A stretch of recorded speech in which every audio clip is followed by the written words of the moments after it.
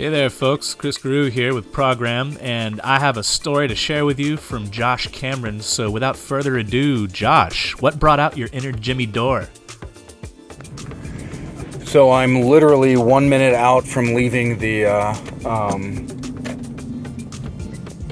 19th anniversary of the Columbine shooting. There was a rally at the Utah State Capitol, and students put on a rally. Looks like a few hundred people showed up, I would say between 2 and 3, and student speakers, you know, a lot of the same old. I love their passion, and yet the only thing they're calling for, vote. Voting is showing up. You can't affect change if you don't show up. And yet, showing up is literally the bare minimum for change. The bare minimum. So we're asking people to do the bare minimum. That's it. That's how we're gonna light a fire across the fucking world, is just by the bare minimum. Really? Not a damn single one of them says run for office. They were talking about assault rifles, and we should ban assault rifles for civilians. I absolutely stand with that. In between speakers who ended that we should ban assault rifles, I picked up my bullhorn and said, and we should make sure those who have weapons have liability insurance. And then two people who acted like they were Alex Jones right-wingers came and started. One old lady literally started poking her finger in my chest, and another guy threatened to put his hand around my neck and take me out in the parking lot. And so I told him that he's welcome to try, and then he can have assault charges. And because these assholes, they say, this is our rally. This is our rally. You can't be disruptive. Well, you know what? One, I have a First Amendment right. So yes, I can be disruptive. Two, again, we're just going to come here, hold hands together, and fucking nothing's going to change. Why? Because we think the bare fucking minimum is how we're going to get fucking change. The bare minimum isn't how you get change. You get change by actually pushing and running for office. And so, and helping those who are. If our ideas aren't the ones at the table, then our ideas aren't being heard. If we aren't being the legislators, our laws that we want passed won't be legislated. And so, I called out a couple other things. People started getting to, it was an interesting shift. People started realizing that I'm a leftist. At least it appeared that way. And they were talking about voting, get out and vote. And then there was a pause, and nobody's at the mic. So I picked up my megaphone again and said, and you're old enough to run for office. And then I think it confused people because, again, they assume that I show up with an American flag and a bullhorn. I must be a hateful right-winger. And then a bunch of people started cheering, actually, at that comment and turned around and looked at me and started clapping. And I hope that they understand that this is what we really need to do. We need these people who are just leaving school, who are now graduating. They could run for school board. If I recall correctly, I don't think there's a single state where 18 isn't the minimum age to run for school board.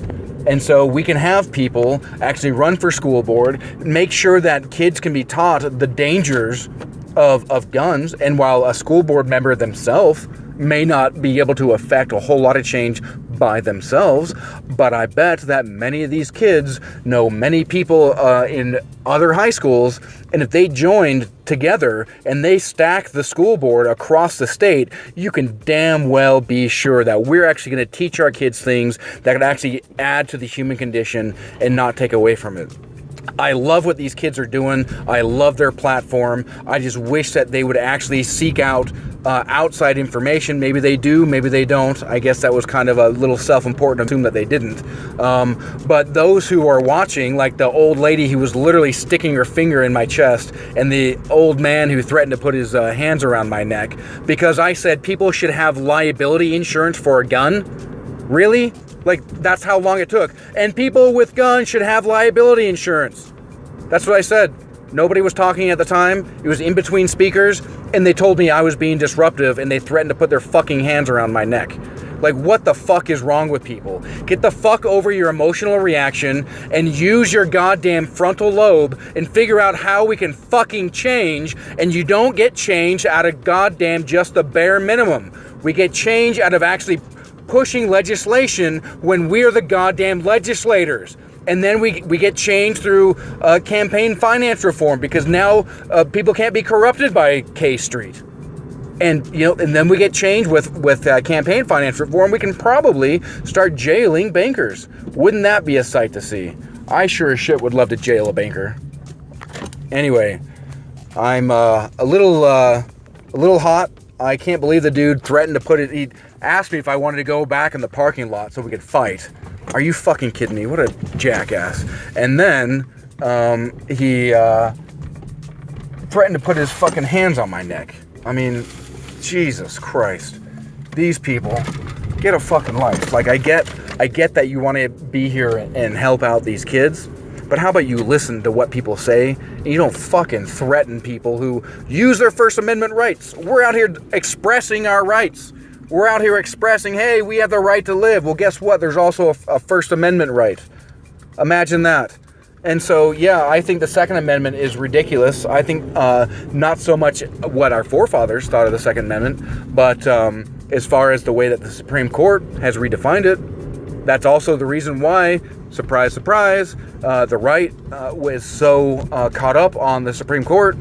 If I'm not mistaken, about half of Trump supporters voted for Trump because they realized that the Supreme Court was so important. They wanted Gorsuch on there so that they could secure things like Second Amendment, secure to make sure that they can still live inside of a woman's vagina and make sure that a woman can't think for herself, because they hate a nanny state for them, but love a nanny state for you.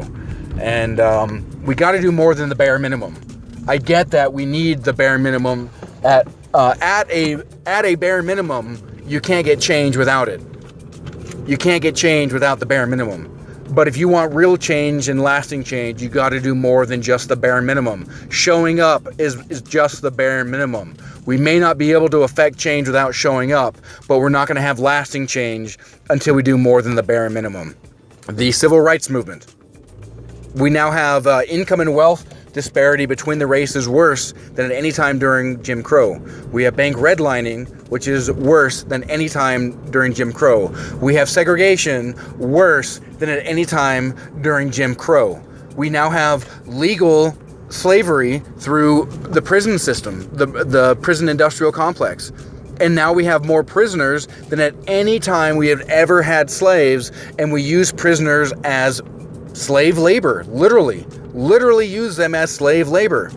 So if we aren't the legislators, then what we hate about our country just gets repackaged. It gets a new name, and then people go about their business thinking that they somehow changed something, when the only thing they did is show up, and then they quit showing up, and then nothing actually happens. So show up, yes. We need you to show up for change. We need you to show up, because if you don't show up, we can't have change. But we need you to do more than just show up. Help people running for office. I guarantee each of you who hear this know at least one person running for office. See how you can help. See how you can help advance a human cause and not a corporate cause.